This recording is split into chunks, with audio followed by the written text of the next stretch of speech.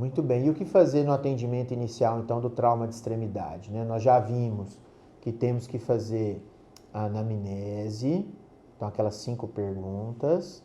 Temos que fazer o mecanismo do trauma, também 5 perguntas. Vamos fazer o exame físico do paciente, avaliar 5 itens também. Vamos fazer as hipóteses diagnósticas, né? Fratura, luxação, entorse, contusão, lesão miotendina, então 5 hipóteses também. Vamos pedir a radiografia. Lembrar que a radiografia deve ser pedida em 2 incidências, AP e perfil, AP e axilar, AP e axial, AP e rotação. Então, sempre 2 incidências para ter uma visão melhor daquela lesão, ok? Na dúvida de fratura e luxação, pedimos a tomografia. E em lesão de partes moles, que é entorse, contusão e lesão miotendínea, pedimos o ultrassom. Muito bem, mas se a gente não tiver o raio-x, nem tomografia, nem ultrassom, eu não sei o que meu paciente tem. Eu sei que ele teve um trauma de extremidade. O que eu vou fazer? Como é que eu posso começar esse atendimento inicial? Então eu vou fazer o protocolo PRICE, que é Protection, Rest, Ice, Compression, Exercise e esteroides. Então eu vou proteger, dar repouso e comprimir levemente o membro para diminuir o edema. Então, qual é o tipo de tratamento que protege, dá repouso e comprime levemente o membro? É a tala. Então, eu tenho que aprender a fazer tala, ok? Então, a tala pode ser gessada, pode ser de arame, qualquer tipo, uma tala provisória com pedaços de madeira. Então, você vai pôr uma tala no paciente até que ele chegue no tratamento adequado. A tala vai proteger, a tala com a tipóia, né? Então, pus uma tala no membro superior, vou pôr a tipóia para segurar ali no pescoço esse membro superior do paciente. Então, eu vou pôr a tala, lembrar que a imobilização sempre uma articulação acima e uma articulação abaixo da lesão, né, para você imobilizar adequadamente essa lesão.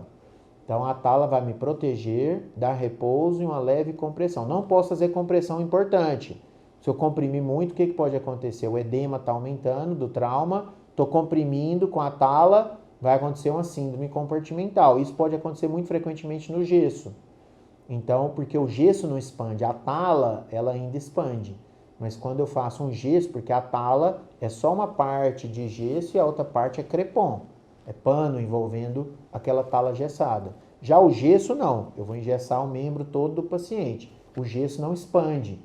Então, se o paciente estiver tendo um edema dentro do gesso, começa a inchar, a demaciar, ele vai ter uma síndrome compartimental, ok? Então, por isso que a gente faz tala até o paciente ser avaliado adequadamente no hospital para se tomar, fazer o raio-x, a tomografia, o ultrassom e tomar as providências. Então, PRICE, Protection, Rest, Compression. O ICE, o gelo, todo trauma leva a um processo inflamatório. Nós sabemos que o gelo diminui esse processo inflamatório e o edema. Então, colocar gelo 10 minutos dentro do saco plástico, envolto numa toalha. Então, você coloca ali 10 minutos em cima da lesão. De hora em hora você troca essa bolsa. Então, pôs 10 minutos, espera 50 minutos. Põe mais 10 minutos. Então, de hora em hora, você vai fazendo 10 minutos de gelo. Isso aí durante quanto tempo? 24 a 72 horas. Depois não adianta mais pôr gelo. Então, os primeiros 3 dias a gente põe o gelo, depois não adianta muito mais, tá? Então, o gelo é extremamente importante no trauma de extremidade agudo para você diminuir o edema e a dor. Vocês podem observar que no jogo de futebol, o jogador está lá correndo, de repente ele tem uma fisgada na coxa. Ele vai para o banco de reserva, o que é a primeira coisa que ele põe? Um saco de gelo na coxa, para diminuir o edema e a lesão daquele tecido, ok? Então, o gelo é extremamente importante. E a fisioterapia, que é o exercise, já vai começar também para ganhar mobilidade, não perder força e tudo mais. E os medicamentos para dor, né? Pode ser anti-inflamatório esteroide, não esteroide, opioide. Então, esse é o protocolo PRICE que nós vamos usar no trauma de extremidade, ok? Então, a tala, as faixas, a prancha, colar, tipóia, tudo isso é para proteger as lesões e imobilizar. Então, aqui ó, nós temos alguns exemplos de tala. Então, eu posso pegar ali uma tala provisória, né, um pedaço de madeira com enfaixamento de crepom. Posso usar um travesseiro para enfaixar, para imobilizar uma perna até chegar no hospital. Mas o ideal é nós fazermos uma tala de gesso. O que é o gesso, né? Da onde veio o gesso? Então, o gesso vem de um mineral chamado gipsita. Os gregos e os romanos já usavam a gipsita, o gesso, mas para fazer esculturas, para fazer arte. Nós usamos gesso em casa, né? O teto de gesso, então a gente usa muito o gesso para essas situações.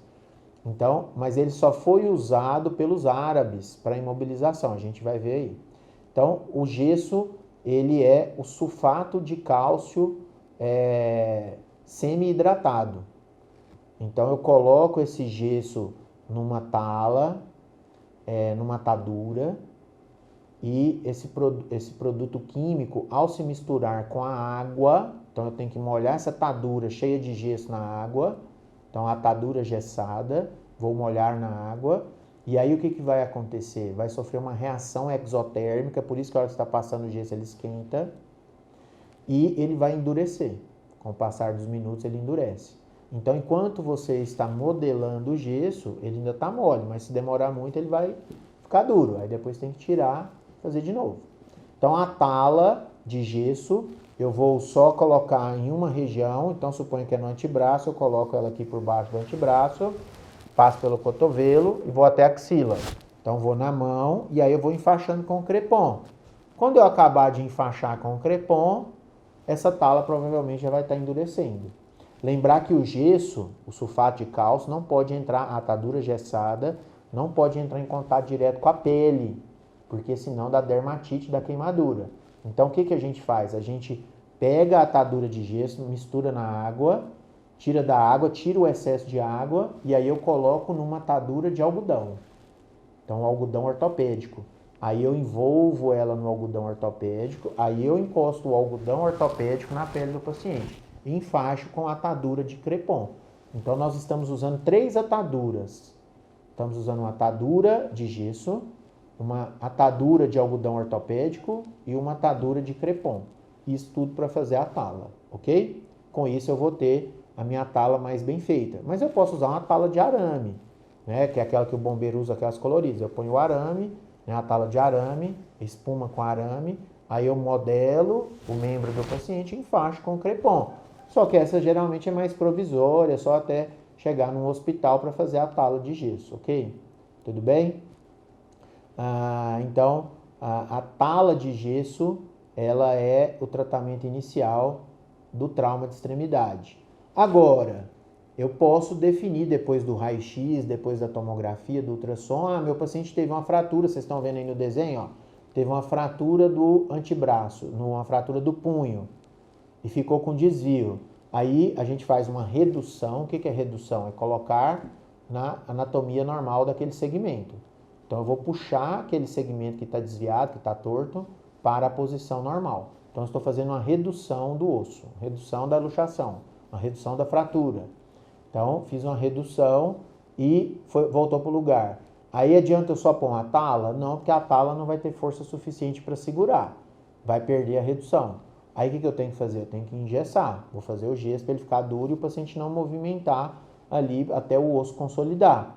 Ou posso operar o paciente, colocar placa, parafuso, pino, metálico, né? Fixador externo, tem várias possibilidades. Mas o gesso é menos invasivo, não precisa levar o paciente para o centro cirúrgico, não precisa cortar o paciente, né? Então, o paciente vai ser submetido a uma redução e posso fazer o gesso. Só que lembrar que o gesso tem um risco de síndrome compartimental muito maior do que a tala, ok? Então, fazemos a tala inicialmente. Então, tá aqui a história da tala, ó, das imobilizações.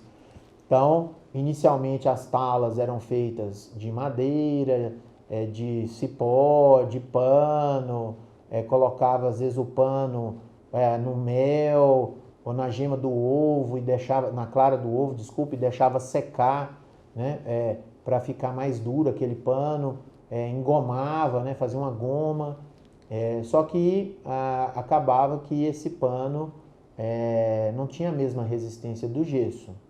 E aí nas guerras napoleônicas, o Major von Matzen teve a ideia de usar o pó de gesso numa atadura para poder fazer as imobilizações.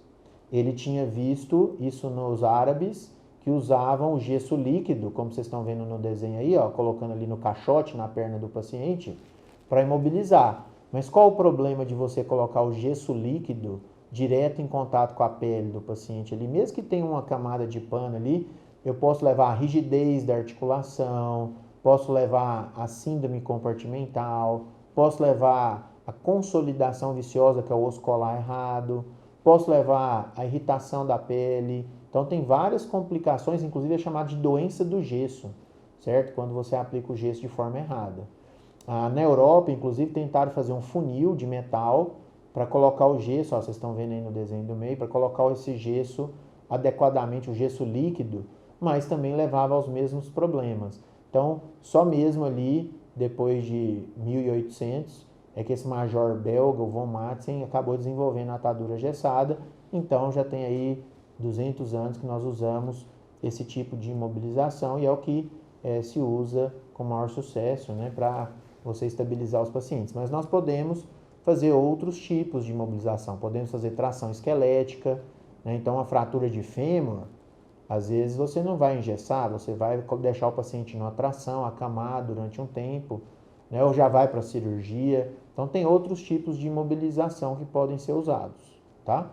Trações provisórias até o paciente ir para a cirurgia. O paciente não vai operar hoje, vai ficar lá com o membro balante na cama. Vamos pôr uma tala, mas a tala não dá muita sustentação. Então, vamos pôr uma tração esquelética até o paciente ir para a cirurgia. Ok? Então, na fratura de fêmur, a gente ainda faz bastante tração até o paciente ser operado. Ok? Se ele puder ser operado mais rápido, você deixa ele na tala 24 horas e marca a cirurgia para outro dia. Esse é o ideal. Mas tem paciente que, às vezes, dependendo do hospital, né, do plano de saúde, se é do SUS, às vezes o paciente vai demorar 7 dias, 15 dias, um mês para ser operado. Então o paciente vai ficar na tala? Não vai. Então aí põe na tração até ele ser operado, ok?